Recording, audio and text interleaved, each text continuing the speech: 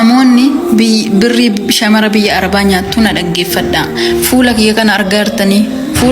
argartanii dura akkanan turre dur bareeddu takkan ture dura fuulli kiyya isa boota kan argitanii boota tana nagaa qaba boota tana akkanatti naddaadhan ture har'a garuu na laala akkana fakkaata maal takkan na godhe bettanii shittaa kiroolexii mana madaamii Ferolexi isaanii wanta nuti ittiin mana qulqulleessinu kana gaafa biyyaa baanu bareedduu daa'ima turre fuulli keenya akkana ta'e kuni fuulli keenya har'a nu gubate harki keenya affeellamee akka kanatti shushunutti tuurame kuni nagaa ture garuu jireenya keenya jijjiiruuf jecha biyyaa baane gaafa biyyaa baanu maatii keenya jijjiirra jenneetu biyyaa baane gaafa dhufnu akka nuti yaadne ta'uu baatus jireenyi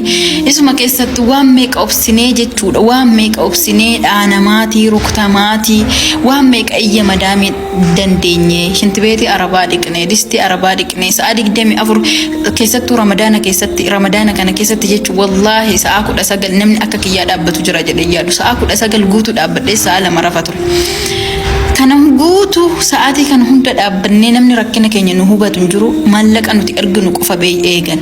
aramna asii nutti taphatti asii tarii nuu kenniti tarii immoo damooza keenya ni nyaannaa tarii hin dhugnaa tarii nyaannu osoo beeknu akka nama hin beekne osoo dhageenyu akka nama hin dhageenye osoo rakkannu akka nama hin rakkanne soomnee gubbaa keenyaan kolfaatii keessa keenyaan hirrirri dibbinni jennee gubachaati maatiin keenya gaafa nu dawwalu ani nagaa koodha bar fayyaa koodha jennee fuula keenya fagaggannee taasofna sababbiin isaa akka isaan hin jannaqamne waan barbaannuuf ofii keenya rakkanneetu gammachuu namaa feena ofii keenya dhiphanneetu ofii keenya gaddineetu gammachuu namaa feena fuulli kiyyaa rakkana na ta'e kun kaleessa akkanan turre.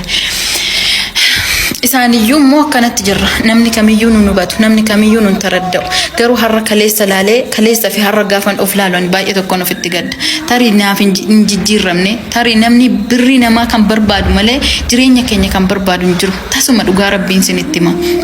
Nama birrii keenya barbaadu malee nama jireenya keenya barbaadu hin jiru nama maal taate maalan ta'e akkanan ta'e akkasin ta'e sin jedhee rakkina isaa sitti himatu malee nama maal taate jedhee keessa keenya nu gaafatee nu hubatu hin jiru odumatti manneeyyuu osuma gurra nu qabaate nu jalaa hidhee nu jalaa qabaate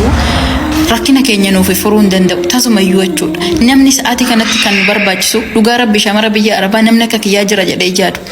namni jedhee rakkina keessa yaalaa dhaggeeffatu hin jiru namni hundumtuu rakkina ofiisitti machuuf kaata malee jechuudha namni ani rakkadhe na gargaarii malee ati maal rakkatte jedhee si gaafatu hin jiru nuti akkana shamarri biyya arabaa jechuun